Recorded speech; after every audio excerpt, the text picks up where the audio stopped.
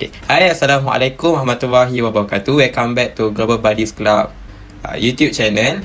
And macam biasa, YouTube channel Global Buddies Club, kita akan sharekan berkaitan tentang mobility dan sharing pengalaman daripada student-student UUM yang dah pernah pergi mobility ataupun student-student daripada luar negara yang pernah pergi mobility ke UUM.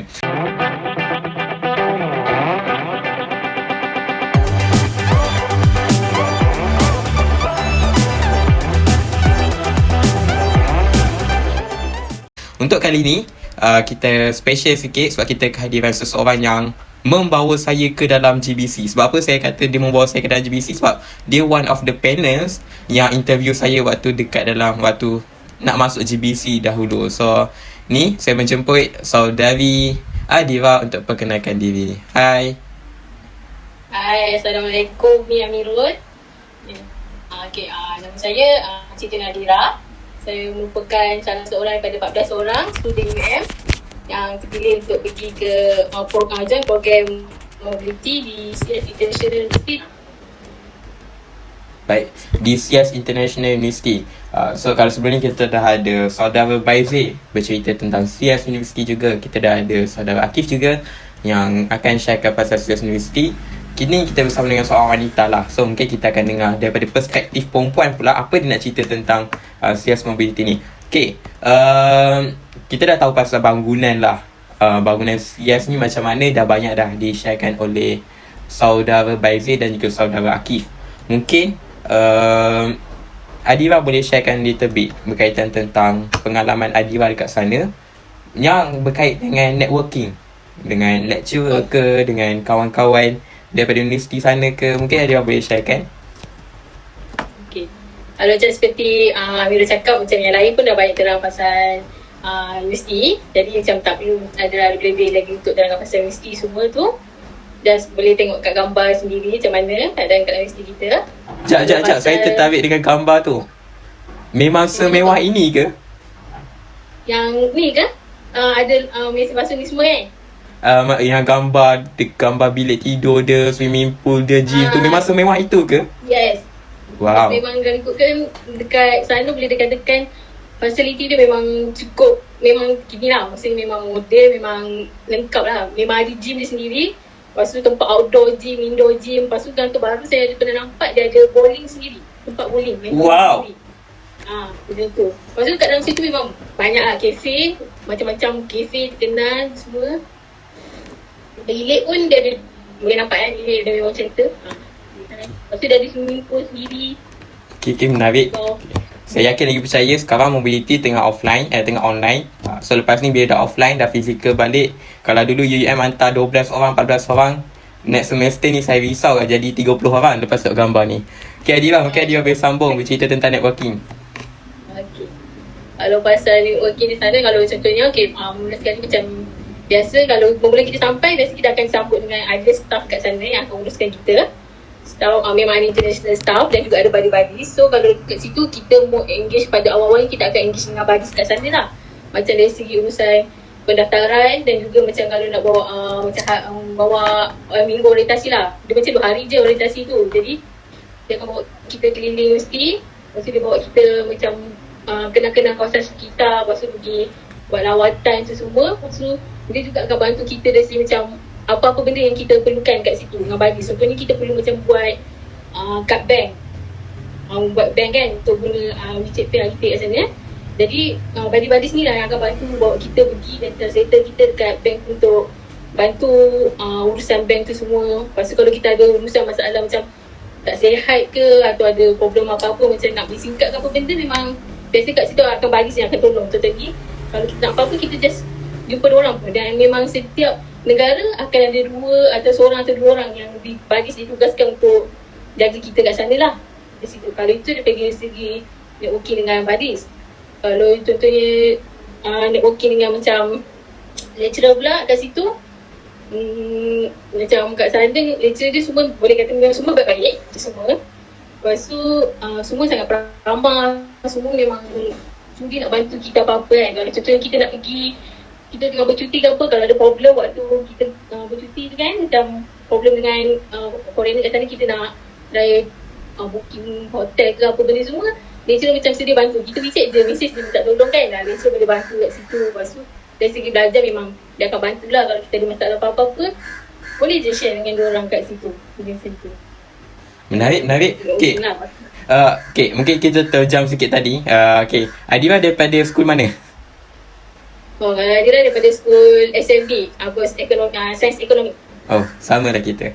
Okay, baik Adira. Oh, betul lah. Betul, kita sama, lupa. Okay, baiklah Adira. Sorry. Bercerita tentang aktiviti. Of course, kalau macam kita dah tak cerita pasal bangunan ke, pasal pendidikan ke, sebab dah banyak dah share kan. Kalau tak tahu, kita bolehlah semak balik video Baize ke, video Akif ke, you guys boleh tahulah balik berkaitan tentang bangunan dia, pendidikan dia macam mana. So, kita nak fokus kepada aktiviti pula. Mungkin Adira boleh sharekan aktiviti-aktiviti yang Adira jalani semasa melakukan mobility di sana. Okay. Kalau kat sana memang boleh katakan sepanjang masa tu memang akan ada aktiviti lah yang dia orang ajukan atau orang sediakan untuk kita. Dia bergantung pada musim intake bila kita pergi dan waktu tu ada perayaan apa. Kalau contoh macam gambar tu, ada waktu tu kita orang ada buat sambutan kuih bulan. Kebetulan waktu tu ada pesta macam perayaan bulan. Jadi kita orang ada sediakan macam berkongsi tentang apa itu perayaan kuih bulan tu semua dengan kita. Lepas tu share-share makan kuih bulan tu semua. Lepas tu kalau yang ke bawah, yang gambar bawah tu boleh nampak waktu tu ada pesta musim winter, musim sejuk. Jadi waktu tu kita orang buat aktiviti sesama untuk balut dumpling. Lecturer kat situ ajar kita orang macam mana cara untuk buat balut dumpling. Lepas tu kita orang makan sama lah semua. Yang mana satu Adira kat dalam gambar tu? Lepas tu aktiviti lain tu juga. Kalau yang mana, yang balut dumpling yang mana? Kalau ada satu je lah, yang lain tu gambar dengan kawan-kawan je. Faham. Gurau. Ada balut dumpling bukan jadi dumpling, jadi kami pub je. Orang Melayu. So, aktiviti lain. Orang Melayu sebab tu tak tangan dah lah. Kami pub yang buat yang tu. Lain kat. Okay. So contohnya aktiviti lain juga.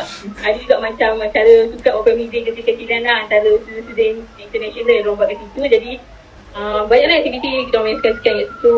Lepas tu kalau kat situ waktu time Adira pergi, aktiviti yang macam paling terbesar lah yang kita buat kat situ adalah International Culture Day. Waktu tu setiap student daripada negara dia kena macam buat sediakan booth ikut tema negara masing-masing. Lepas tu ada juga aktiviti macam bagi talk lah, macam show ataupun berkongsi tentang negara Malaysia dengan student China.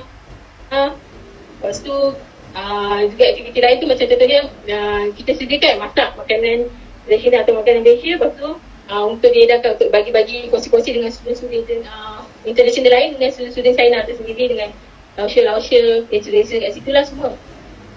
So aktiviti waktu tu juga kita ada aktiviti fashion show. So wakil setiap negara akan betul pakai baju tradisional sendiri masing-masing. Dan waktu malam tu pula kita orang ada macam acara persembahan. Jadi daripada wakil Malaysia waktu tu kita orang buat aktiviti macam ada silat sikit untuk permulaan, dan lepas tu kita orang buat aktiviti tarian kat situ. Gitu. Lepas tu itu aktiviti yang secara macam bulan apa yang dianjurkan kat situ lah. Tapi sepanjang situ waktu tu ada juga aktiviti yang macam beberapa aktiviti yang ada rasa macam ada tak boleh nak lupakan lah, yang ada dapat join daripada peluang join. Waktu tu aktiviti yang ni ada aktiviti, dia bukan aktiviti sebenarnya, tapi waktu tu adalah diberi peluang untuk jadi macam salah seorang macam volunteer daripada international student untuk pergi salah sebuah sekolah rendah kat kawasan situ untuk bagi macam perkongsian sedikit lah dengan orang kan. Tak kisah perkongsian pasal apa-apa benda je. Waktu tu ada perkongsi pasal Malaysia sedikit. Lepas tu main game dengan orang sedikit waktu tu lah. Wow. Yang buat kat situ lah. Menarik. Okay, Adira mungkin kita nak cerita pasal makanan pun dah banyak cerita. Cuma tadi dalam gambar tadi Amira ada sharekan berkaitan tentang Malaysia kepada pelajar di sana. Mungkin Adira boleh sharekan juga makanan apa yang Adira sharekan kepada warga China di sana tu. Kalau sedap kita orang ada buat macam tupat sikit. Lepas tu kita orang ada buat ayam goreng pandai kalau tak silap. Lepas tu dengan bubur kacang macam tu. Kita orang ada sediakan macam tu lah. Sebab tak banyak bahan yang kita orang buat daripada Malaysia kan. Jadi ada setengah bahan tu yang kawan-kawan beli daripada online untuk masak makanan tu semua lah, macam tu. Lepas tu kita orang dapat juga rasa makanan daripada negara lain. Oh, buat ketupat pandai buat ke nasi impit? Nasi nasi impit macam tu je lah. Nasi impit lah sebenarnya. Nasi impit lah. Mengayam nak jumpa apa tu. Itulah, nak cari daun pun dah satu hal dah dekat sana. Okay, baik Adiba.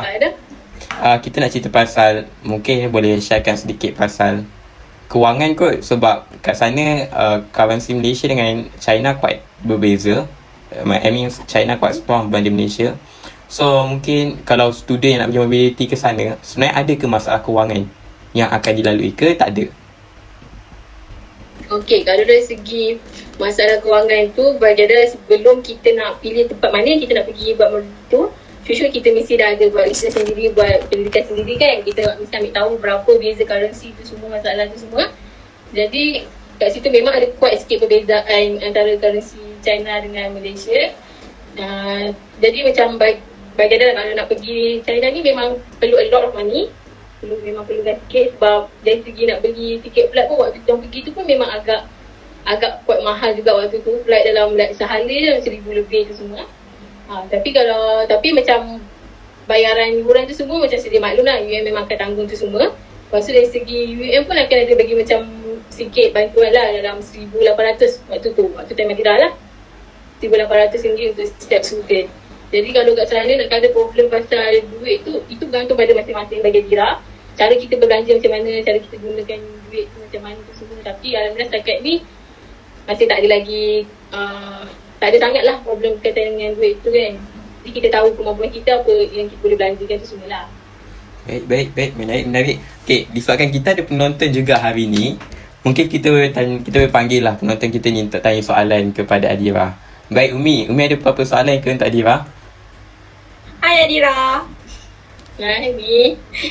Soalannya soalan Umi macam, okay, kita dah terlalu banyak dengar tentang culture, tentang isu financial. Macam kadang-kadang Umi tanya juga tentang subjek. Macam mana kita dah mobility, of course subjek yang kita nak ambil tu berbeza dengan subjek yang kita ada kat UM.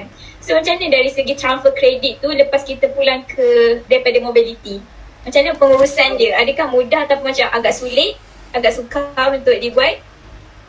Okey, kalau bagi dia macam sebelum kita pilih untuk pergi ke mana kita pergi ataupun kita dah memang pilih mana kita nak pergi, perkara utama yang paling kita perlukan adalah kita jumpa sendiri dengan koordinator subjek kita. Lepas tu kita consult dengan dia apa subjek yang boleh kita ambil kat sana yang sesuai untuk ditransfer kredit dekat Malaysia, dekat UM.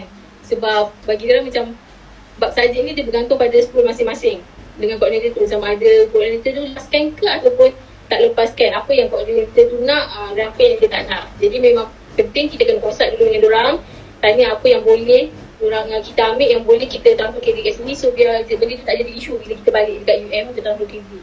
Dan kalau bagi urusan transfer kredit tu dia depend juga, tapi tak adalah macam susah sangat kalau kita punya subjek tu menepati apa yang koordinator kita nak, kita ikut apa yang dia nak. Jadi macam waktu kami hari tu, bila balik je kami akan ada dapat satu borang. Jadi kat situ kita boleh isi subjek apa yang kita ambil dekat China dan subjek apa yang kita nak transfer dekat UM. Dan borang tu kita kena pass dekat koordinator untuk dapatkan job dan sign daripada diorang, dan akan pass ke dekan dan nanti benda tu akan dihantar ke HEA. Dan kalau memang tak ada masalah, tak ada apa, benda tu akan dilulus oleh HEA. Jadi kalau ikutkan proses dia setakat ni alhamdulillah mudah lah. Cuma kalau contohnya ada masalah dari segi subjek yang tak sesuai untuk ditransfer dengan apa yang kita ambil, itu kita mungkin consult balik lah, buat bincang dengan koordinator itu sendiri lah. Baik, menarik. Okay, kita kahwin nak dengar banyak lagi cerita daripada Adira, cuma masa tak mengizinkan. Of course, macam biasalah kita masa kita sangat singkat. So mungkin Adira boleh sharekan kepada kita kata-kata akhir ataupun nasihat buat sesiapa yang nak pergi mobility ni, apa yang mereka perlu lakukan before mereka pergi mobility. Selain daripada apa yang Adira dah share tadi, and also 3 perkataan Adira nak lambangkan dengan program mobility. Okay, kalau apa yang boleh dia share macam boleh bagi nasihat apa benda tu semua. Kalau contohnya siapa yang dapat peluang nak pergi, pergi je, try je. Kalau siapa yang masih ragu-ragu atau apa tu semua, boleh minta bantuan pada bagi dia badis, beberapa badis kelab tu semua untuk tanya apa-apa masalah atau apa yang diorang nak kita sendiri tak tahu. InsyaAllah berbanding berbantu tu semua. Jadi buat persediaan, kita kaji betul-betul apa yang kita nak pergi tu semua. So sebab macam kadang-kadang kita dengar pengalaman orang lain, tapi tak sama dengan rasanya kalau kita pergi sendiri. Mungkin pengalaman orang lain tu macam ni, tapi kalau kita pergi sendiri mungkin pengalaman kita lain pula. Jadi macam kita takkan dapat atau kita rasa benda tu selagi kita tak pergi. Jadi macam jangan ragu-ragu, jangan takut-takut, buat persediaan yang cukup, insyaAllah semuanya akan jadi baik lah. Lepas tu kalau 3 perkataan yang untuk lambangkan mobility ni, tak tahu lah sangat, tapi boleh kata maybe awesome, fun, bersyukur. Ada rasa Awesome, fine, bersyukur. Okay, kita lock 3 perkataan tersebut. Okay, baiklah. Itu sahaja daripada kita, daripada Adira juga. Terima kasih Adira sebab kesudian Adira untuk lapangkan masa berikan sharing kepada Globalies Club. Ingat, kalau nak pergi mobility, pergi je. Make sure you guys buat persediaan awal lah kalau nak pergi mobility tu. Okay, itu sahaja daripada kami. Terima kasih. Jumpa lagi. Assalamualaikum. Bye.